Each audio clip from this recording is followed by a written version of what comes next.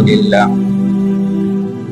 لله نحمده ونستعينه ونستغفره ونؤمن به ونتوكل عليه ونعوذ بالله من شرور أنفسنا ومن سيئات أعمالنا من يهده الله فلا مضل له ومن يضلله فلا هادي له ونشهد أن لا إله إلا الله وحده لا شريك له ونشهد أن سيدنا وسندنا ومولانا محمدا عبده ورسوله أما بعد فقد قال الله تبارك وتعالى في القرآن المجيد والفرقان الحميد أعوذ بالله من الشيطان الرجيم بسم الله الرحمن الرحيم سبحان الذي أسرى بعبده ليلا من المسجد الحرام إلى المسجد الأقصى الذي باركنا حوله لنريه من آياتنا إنه هو السميع البصير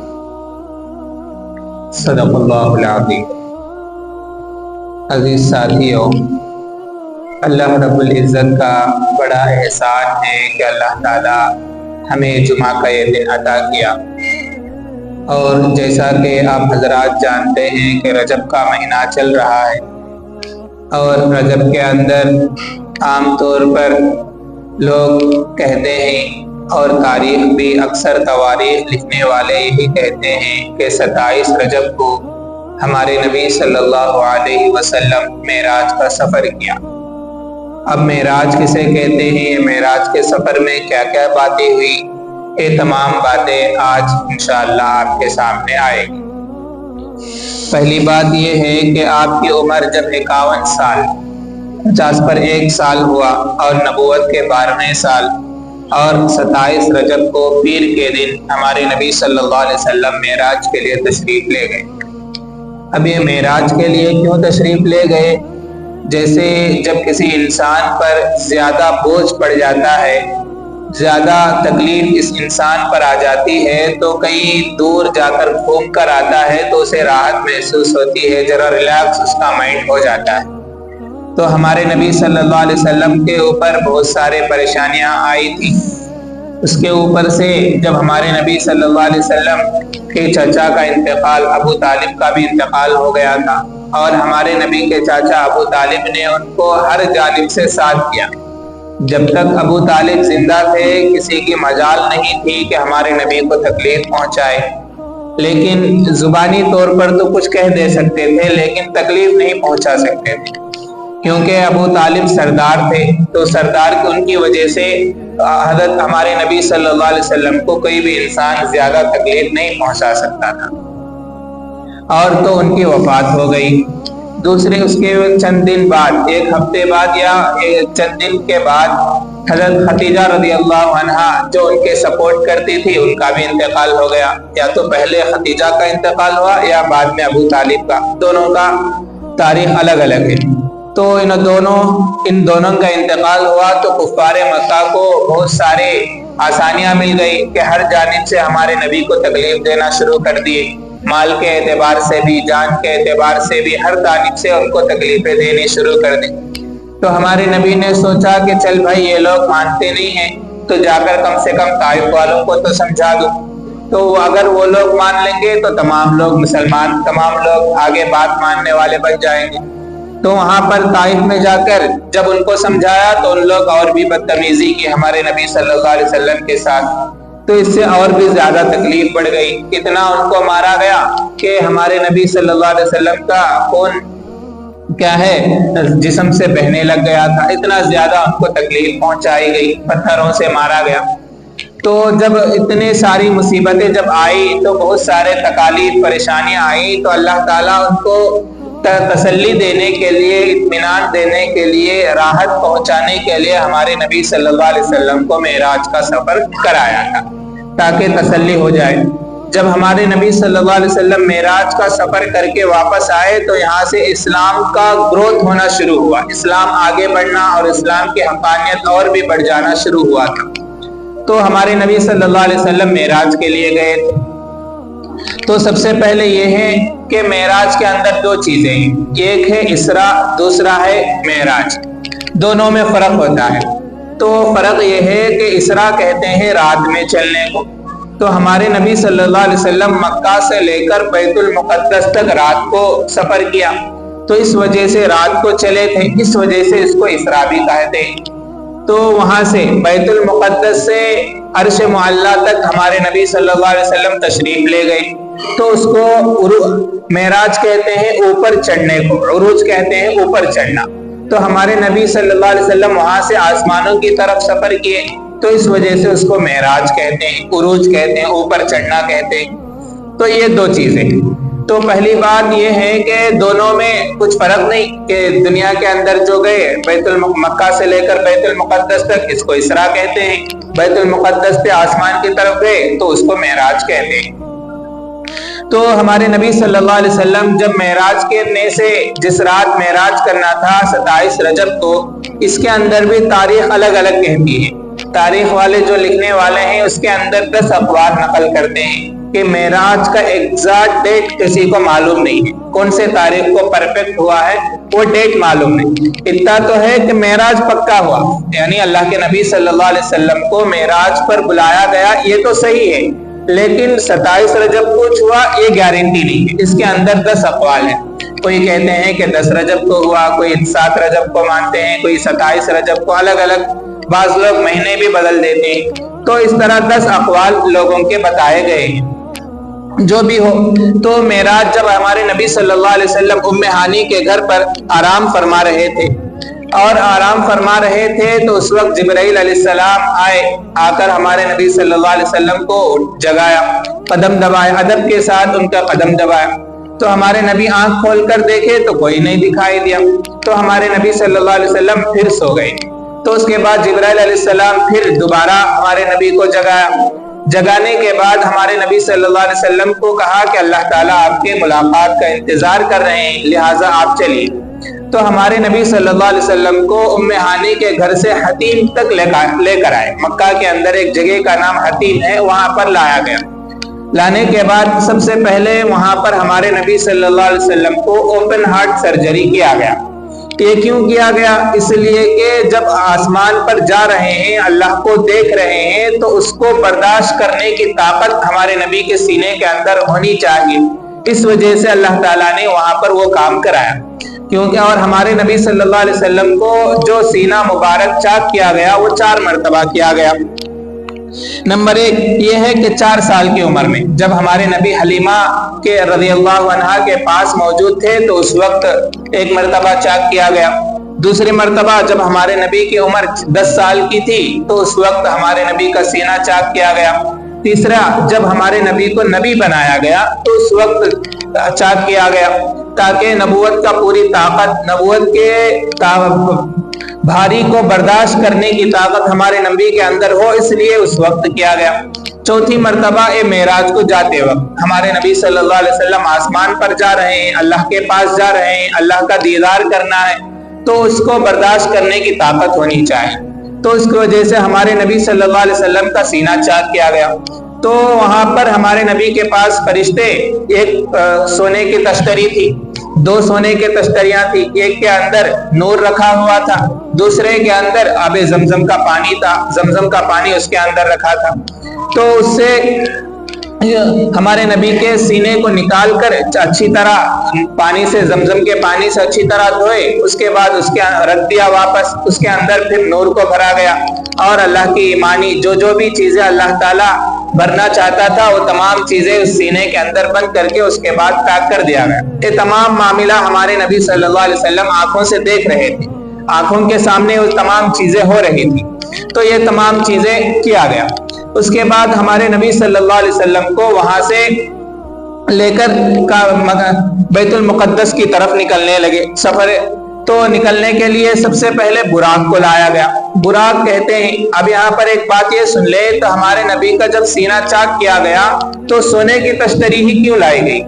تو امام جلال الدین سیوطی رحمۃ اللہ علیہ فرماتے ہیں کہ سونے کی تشتری ہی اس لیے لائی گئی کہ وہ ثقیل ہوتی ہے، وہ میٹل کے اعتبار سے بہت قیمتی بھی سمجھی جاتی ہے اور بہت ریئر ہوتا ہے، اس وجہ سے اس کو وہاں پر جو چیز اہم ہو اس کے لیے ویسی چیز لائی جاتی ہے۔ جیسے گھر کے اندر مہمان آتا ہے تو جب بڑا مہمان بڑا ہوتا ہے تو اس کے حساب سے اس کا چائے کا پیالہ بھی اچھی طرح قیمتی لے کر آتے ہیں. جب مہمان بڑا ہوتا ہے تو اس کے لیے کھانے کا انتظام بھی عمدہ طور پر کیا جاتا ہے. نارمل مہمان ہو تو نارمل طور پر کیا جاتا ہے. تو اس وجہ سے ہمارے نبی کا نور کے لیے، زمزم کے پانی کے لیے وہ پیالہ سونے کے پیالے کو استعمال کیا گیا. تو یہ ہے. دوسری بات یہ ہے کہ ہمارے نبی صلی اللہ علیہ وسلم معراج جانے سے پہلے 2 نمازیں فرض کی. ایک فجر تھا، دوسری مغرب کی نماز فرض تھی. یہ 2 نمازیں فرض تھی. بعد میں ہمارے نبی جب عرش پر گئے معراج پر، جب 50 نمازوں کا واقعہ ہوگا.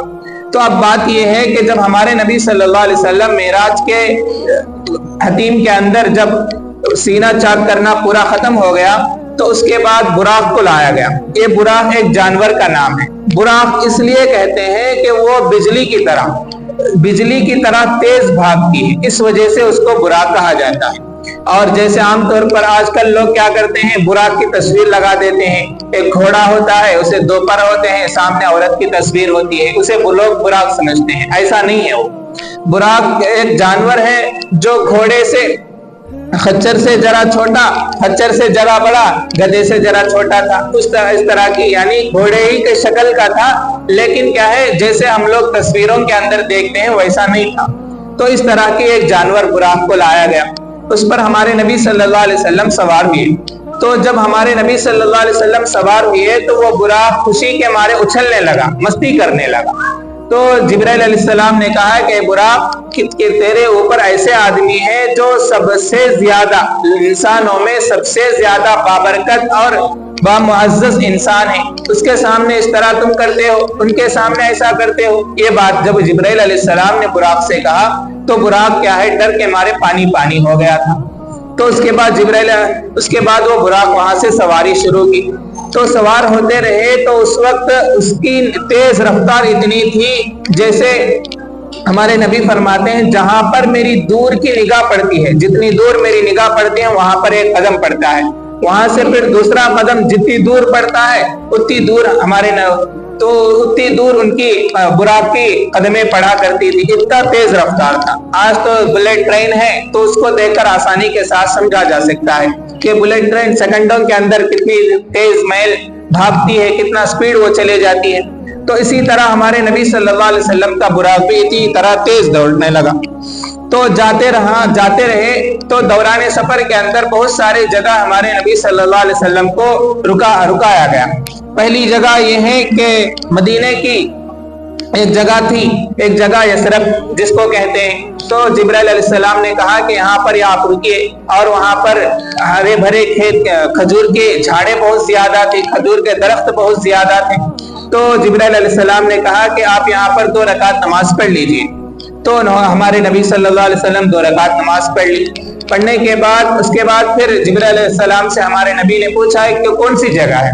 تو اللہ کے جبرائیل علیہ السلام نے کہا آئندہ فیوچر میں آپ یہاں پر ہجرت کر کے آنے والے ہو، اس کو مدینہ کہتے ہیں، اس کا پرانا نام یثرب ہے. تو یہاں پر آپ کو ہجرت کر کے آنا ہوگا، اس جگہ کو مدینہ کہتے ہیں. تو وہاں پر 2 رکعت نماز پڑھی. اس کے بعد پھر آگے بڑھے.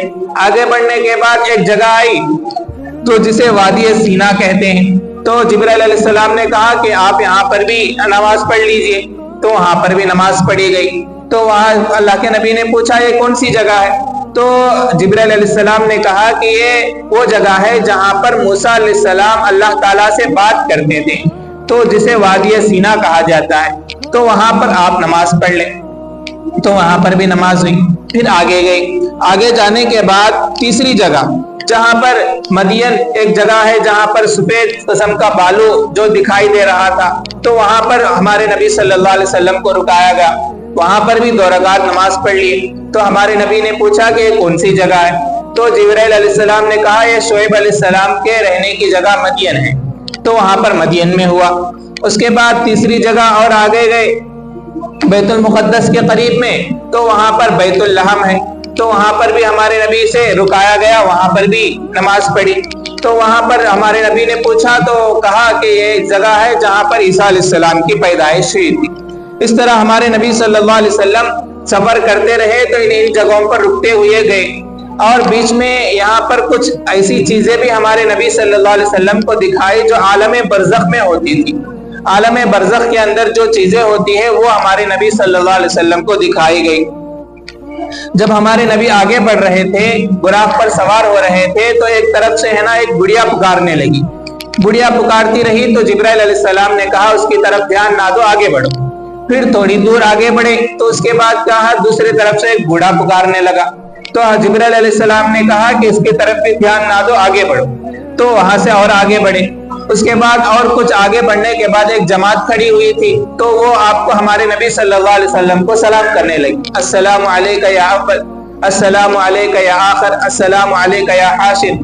سلامتی ہو تم پر یا اول، سلامتی ہو اے نبی آخر، سلامتی ہو یا حاشر جمع کرنے والے کے دن. اس طرح ہمارے نبی پر سلام کی گئی. تو جبرائیل علیہ السلام نے کہا کہ ان کا جواب دے دو. تو ان کا جواب دیا گیا. اس کے بعد ہمارے نبی نے پوچھا کہ یہ کون لوگ ہیں؟ تو ہمارے جبرائیل علیہ السلام نے کہا کہ جو بڑھیا تھی وہ شیطان تھی، وہ آپ کو اپنی طرف مائل کرنا چاہتی تھی. دوسرا جو ہے وہ دنیا، بڑی جو ہے وہ دنیا ہے. جو بڑی جو تھی وہ دنیا تھی، جس کی عمر اب اتنی سی باقی رہ گئی جتنی اس بڑی عورت کی باقی رہ گئی ہے. اور یہ جو بوڑھا تھا یہ شیطان تھا جو آپ کو اپنی طرف مائل کرنا چاہتا تھا. اور یہ جو لوگ جمع سلام کرے ہیں، یہ اس کے اندر کیا ہے، ہمارے عیسیٰ، موسیٰ علیہ السلام، ابراہیم علیہ السلام اور دوسرے ایک نبی ہیں، وہ لوگ آپ کو سلام کرے ہیں.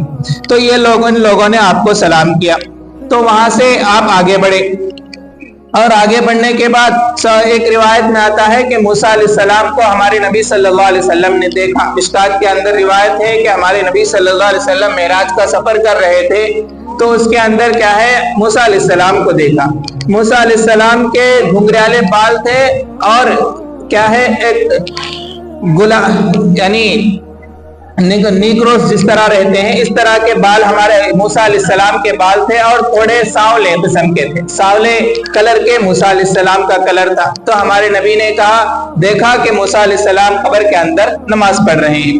اس کے بعد اور دیکھا کہ وہاں پر ہمارے نبی صلی اللہ علیہ وسلم نے دجال کو بھی دیکھا، اور جہنم کے ایک مالک کو بھی، جہنم کے ایک فرشتے کو بھی دیکھا جس کا نام مالک ہمارے نبی صلی اللہ علیہ وسلم نے بتایا. ان تین لوگوں کو دیکھ کر پھر آگے بڑھے. آگے بڑھنے کے بعد اور آگے بڑھے تو وہاں پر دیکھا کہ وہاں پر انجام یعنی سزاؤں کو دکھایا گیا. کون سا گناہ کرنے پر کون سی سزا ہوتی ہے دنیا کے اندر، تو آخرت کے اندر کیا سزا ہوتی ہے دنیا کے اندر جو گناہ کرتے ہیں. تو سب سے پہلے ہمارے نبی نے دیکھا کہ ایک آدمی تانبے کے ناخن ہے ایک آدمی کے، تو وہ تانبے کے ناخن سے کیا ہے، اپنے چہرے کو نوچ رہا ہے، یعنی ہمارا لفظ ہم بول رہا ہے تو گیچ لیتا ہے بولتے ہیں نا، ویسا گیچ لے رہا تھا. اور اس کے بعد سینہ کو بھی پھاڑ لے رہا تھا. تو اس طرح وہ چیر لیتا رہا. تو ہمارے نبی صلی اللہ علیہ وسلم نے جبرائیل سے پوچھا کہ کون آدمی ہے؟ تو جبرائیل علیہ السلام نے کہا، یہ آپ کے امت کے وہ انسان ہے جو غیبت کرتا تھا، لوگوں کی غیبت یعنی لوگوں کے پیٹھ پیچھے برائی کرتا تھا. تو یہ وہ انسان ہے جس کی سزا یہ بھگت رہا ہے. تو اس سے ہمیں معلوم ہوتا ہے کہ جو انسان دنیا کے اندر غیبت کرتا ہے تو اس کو سزا ملے گی. تو اس لیے ہمیں، اور قرآن کے اندر بھی اللہ تعالیٰ نے کہا کہ غیبت کرنے والا کیا ہے، اپنے بھائی کے گوشت کھانے کی طرح ہے، اپنا مردہ بھائی کو گوشت کھانے کی طرح قرآن نے کہا ہے. تو اس لیے انسان کو کبھی بھی غیبت نہیں کرنی چاہیے.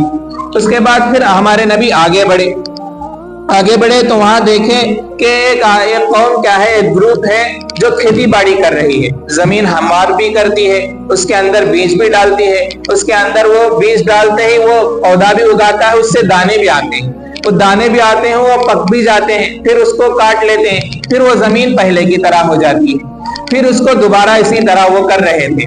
تو جبرائیل علیہ السلام ہمارے نبی نے پوچھا کہ یہ کون لوگ ہیں، یہ کیا ماجرا ہے کہ کاٹا بھی جا رہا ہے، فوراً اس کو پھل بھی مل رہا ہے. تو جبرائیل علیہ السلام نے کہا کہ یہ اللہ کے راستے میں جہاد کرنے والے تھے جن کو ثواب اس طرح مل رہا ہے. اس کے بعد پھر اور آگے بڑھے تو ہمارے نبی صلی اللہ علیہ وسلم کو جو فرشتوں کی ایک جماعت نے حکم دیا، بتلایا کہ آپ ضرور حجامہ کرائیں. حجامہ کہتے ہیں کپنگ کرانے کو, جو آج کل کپنگ کرتے ہیں کہ کپ لگا کر اس سے انسان کا خون نکالتے ہیں, اسے کپنگ کرانا کہتے ہیں. اور اسے اردو میں حجامہ کرانا کہتے ہیں, پشنا لگوانا کہتے ہیں. پہلے زمانے میں بانس سے کیا جاتا تھا, آج کے اپڈیٹ زمانے میں کپ وغیرہ لگا کر پورا باڈی میں سوراخیں کر کر گندا خون نکالتے ہیں, اسے حجامہ کہتے ہیں. تو فرشتوں کی ایک جماعت نے ہمارے نبی سے فرمایا کہ آپ ضرور حجامہ کرائیں. تو ہمارے نبی صلی اللہ علیہ وسلم نے بھی اپنی امت کو فرمایا کہ 17, 19, 21 چاند کے 17 تاریخ, 19 تاریخ, 21 تاریخ کو ان تاریخوں کے اندر حجامہ کراؤ.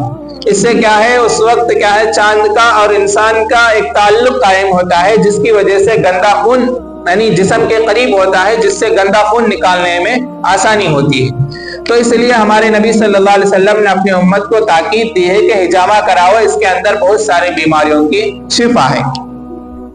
اس کے بعد اور آگے بڑھے, اور جو انسان دیکھا ہمارے نبی صلی اللہ علیہ وسلم جب آگے بڑھے تو دیکھا کہ ایک آدمی لیٹا ہوا ہے اور ایک آدمی اس کے سر پر کھڑا ہے. ایک بڑا پتھر لے کر اس کے سر پر ڈال کر کچلتا ہے, تو وہ پتھر لڑکتے ہوئے آگے جاتا ہے, تو جا کر پتھر واپس لائے تک بھی یہ صحیح سیدھا ہو جاتا ہے, اچھا ہو جاتا ہے. تو ہمارے نبی نے پوچھا کہ کیا ماجرا ہے. تو جبرائیل علیہ السلام نے کہا کہ آپ کے وہ امتی ہیں جو فرض نماز پڑھنے کے اندر کوتاہی کرتے ہیں, فرض نماز کو چھوڑ دیتے ہیں, فرض نماز نہیں پڑھتے. آج کل دیکھیں کتنے سارے لوگ ہیں جو نماز کو چھوڑ رہے ہیں, تو ان لوگوں کا انجام کیا ہوگا. حالانکہ نماز پڑھنے سے بہت سارے فائدے ہیں. ایک تو ثواب تو آخرت میں ملنے کا, وہ الگ چیز ہے. دنیاوی اعتبار سے بھی بہت سارے فائدے انسان کو حاصل ہوتے ہیں. ایک ہے صحت کے اعتبار سے ایکسرسائز وغیرہ ہو جاتا ہے, دوسرے طبی فائدے بہت سارے ہیں, اور ساتھ ہی ساتھ کیا ہے, کمائیوں میں برکت اور عمر میں برکت, بچوں کی فرما برداری, اس طرح بہت سارے فائدے نماز کے اندر اللہ تعالیٰ نے چھپا رکھے ہیں. لیکن لوگ کیا ہے, اسی نماز کو چھوڑ کر سو جاتے ہیں اور اسی نماز کو لائٹ لے لیتے ہیں, آپ پڑھیں گے بات دیکھیں گے, تو اس طرح کا معاملہ کرتے ہیں. تو جو ہمارے نبی صلی اللہ علیہ وسلم جب معراج کو گئے تو اس طرح کے حال دیکھا. جو لوگ نماز کو چھوڑتے ہیں تو ان کے اوپر بڑا پتھر ڈال کر اس کے سر کو کچلا جاتا ہے. اس کے بعد ہمارے نبی اور آگے بڑھے تو وہاں پر دیکھا کہ ایک آدمی ہے کہ اس کے آدمی کے شرمگاہ پر یعنی سامنے اور پیچھے کے حصے پر آگ کے کپڑے لگائے ہوئے ہیں, آگ کے چتڑے اس کے جسم پر لگائے گئے ہیں, اور اس کے وہ کیا ہے, جہنم کے اندر جہنم کے کانٹوں کو, جہنم کے پتھروں کو وہ آدمی چر رہا ہے. تو ہمارے نبی نے پوچھا کہ کون آدمی ہے جو جہنم کے آگ انگارے چر رہا ہے, جہنم کے کانٹے چر رہا ہے, اور اس کے جسم پر بھی آگ کا کپڑا لپیٹا ہوا گیا ہے, کیا معاملہ ہے. تو جبرائیل علیہ السلام نے فرمایا کہ آپ کے امت کے زکوٰۃ نہ دینے والا انسان ہے. جو انسان زکوٰۃ کو نہیں دیتا ہے اس کے ساتھ ایسا حشر کیا جاتا ہے. اور قرآن کے اندر بھی اللہ تعالیٰ نے فرمایا ہے جو انسان زکوٰۃ نہیں دے گا تو اس کو کل قیامت کے دن اس کے مال کو کیا ہے, اس کے مال کو پگھلا کر اسی کے گلے میں ڈال دیا جائے گا اور اس سے اسے داغا جائے گا, اور اس کے پہلو پر اور اس کے پیشانی پر اس سے داغا جائے گا. اور ہمارے نبی نے دوسرے حدیث کے اندر بھی فرمایا جو انسان زکوٰۃ نہیں دے گا کل قیامت کے دن وہ تمام مال ایک کالا ناگ کی شکل میں اس کے گلے میں ڈال دیا جائے گا. وہ کالا ناگ کیا ہے اور اس کی حیت بھی ہمارے نبی نے بتائی. وہ کالا ناگ ہوگا اور ایک دم اس کے آنکھیں کیا ہے اس کے زہر کی وجہ سے نیلے کلر میں ہوں گے, بلو کلر میں ہوں گی, اور وہ کیا ہے جو انسان زکوٰۃ نہیں دیتا اس کے دونوں جبڑوں کو پکڑ لے گا اور کہے گا کہ میں تیرا مال ہوں, اور جس سے تو محبت کرتا تھا وہی میں مال ہوں, کہہ کر اس کو دونوں جبڑوں کو پکڑے گا. اور اس کے زہر کے اثر کے بارے میں ہمارے نبی نے فرمایا کہ زمین پر ایک مرتبہ اگر پھونک دے تو کئی سالوں تک وہاں سے آگ بھی, وہاں سے گھاس تک نہ اگ سکے, اس طرح اس کی زہر کا اثر ہوگا. تو یہ تمام باتیں ہمارے نبی نے فرمائی ہے. تو اس لیے انسان کو چاہیے کہ زکوٰۃ ضرور ادا کرنی چاہیے. اس کے بعد ہمارے نبی اور بھی آگے بڑھے, اور بھی جب آگے بڑھ کر دیکھا کہ ایک طرف کیا ہے ایک انسان کے سامنے ایک طرف پکا ہوا گوشت رکھا ہوا تھا, دوسری طرف کیا ہے سڑا ہوا گوشت اور کچا گوشت رکھا ہوا تھا. تو انسان ہے نا پکا ہوا گوشت چھوڑ کر سڑا سو اور کچا گوشت کھا رہا ہے. تو ہمارے نبی نے پوچھا کہ کیا معاملہ ہے, یہ کون انسان ہے. تو جبرائیل علیہ السلام نے فرمایا کہ یہ آپ کی امت کے وہ لوگ ہیں جو ناجائز تعلقات رکھتے تھے، یعنی بیوی گھر میں اندر بیوی موجود تھی، اس کے پاس سب کچھ موجود تھا، پھر بھی وہ اس کو چھوڑ کر دوسری عورتوں کے ساتھ جاتا تھا، دوسری عورتوں کے ساتھ رات گزارتا تھا اور صبح تک اسی کے ساتھ رہتا تھا۔ اور وہ عورتیں ہیں جو اپنے شوہر کو چھوڑ کر دوسرے مردوں کے ساتھ لیٹی ہوئی رہتی تھی اور دوسرے مردوں سے ناجائز تعلقات پیدا کرتی تھی۔ تو یہ عورتیں ہیں، تو یہ وہ لوگ ہیں جو سڑا ہوا اور کچا گوشت یہ لوگ کھا رہے ہیں۔ تو یہ دیکھا، اس کے بعد ہمارے نبی اور آگے بڑھے، اور آگے بڑھنے کے بعد دیکھا کہ ایک آدمی کیا ہے، اس کے پاس بہت ساری لکڑیاں پہلے سے موجود تھی، تو اور جمع کر رہا ہے اور جمع کرنے کے بعد جب اوپر اٹھاتا ہے تو اسے اٹھانے کی طاقت نہیں رکھتا، پھر وہ نیچے گر جاتی ہے، پھر جمع کرتا ہے، پھر اٹھانے کی کوشش کرتا ہے، پھر وہ نیچے گر جاتی ہے۔ تو ہمارے نبی نے پوچھا کہ یہ کون آدمی ہے؟ تو جبرائیل علیہ السلام نے کہا کہ یہ حقوق العباد کے اندر کوتاہی کرنے والا اور امانت کے اندر خیانت کرنے والا ہے، جو اس کے اوپر پہلے سے لوگوں کے حق موجود ہے، پہلے سے لوگوں کی ذمہ داری اس کے اوپر موجود ہے، پہلے سے وہ امانت حق ادا کرنا ہے، پھر بھی کیا ہے وہ لوگوں کا اور بھی بوجھ اپنے اوپر ڈال رہا ہے اور بھی پریشانی اپنے اوپر ڈال لے رہا ہے، جس طرح یہ انسان لکڑیاں ڈالتا ہے۔ تو یہ دکھایا گیا۔ اس کے بعد اور بھی آگے گئے تو ایک لکڑی تھی، کونے کے اندر ایک لکڑی ایسی کھڑی تھی، جو بھی انسان اس کے سامنے سے گزرتا، جو بھی کپڑا اس کے سامنے سے گزرتا تھا، اسے وہ لکڑی کاٹ کے رکھ دیتی تھی۔ تو ہمارے نبی نے پوچھا کہ کیا معاملہ ہے؟ تو ہمارے جبرائیل علیہ السلام نے کہا کہ یہ آپ کے امت کے ڈاکہ ڈالنے والے ہیں، یعنی ہڑپ لینے والے ہیں، چوری کرنے والے ہیں، کھینچ لینے والے ہیں۔ ایک ہوتا ہے چوری کرنا، دوسرا ہوتا ہے ڈاکہ ڈالنا۔ چوری کرنا جسے سامنے والے انسان کو معلوم ہے، یعنی سرکل لے لے کو چل جانے کو چوری کہتے ہیں۔ ڈاکہ بولے تو سامنے کھڑا کر کے چھری لے کر کھڑا، اب دے تیرے پاس کیا ہے کہ دے بول کر لوٹ مار کرتا ہے، زبردستی اس کے پاس سے چھین لیتا ہے، اسے ڈاکہ ڈالنا کہتے ہیں۔ تو یہ انسان ڈاکہ ڈالنے والا ہے۔ تو اس طرح جو لوگ چھپے جاتے ہیں، راستے میں یہ لوگ چھپ کر ان لوگوں پر حملہ کرتے ہیں، ان لوگوں کے ساتھ ایسا حشر ہوگا۔ تو اس طرح کی بہت سارے عذابات ہمارے نبی صلی اللہ علیہ وسلم نے معراج کے سفر میں دیکھے تھے، اور اس کے بعد آسمان پر گئے اور اللہ تعالیٰ سے باتیں کی، کیا باتیں کی، اور یہ تمام باتیں انشاءاللہ آئندہ جمعے کو تفصیل سے آئے گی۔ اللہ تعالیٰ کہنے سننے سے زیادہ عمل کرنے کی توفیق عطا فرمائے۔ وما علی الا البلاغ۔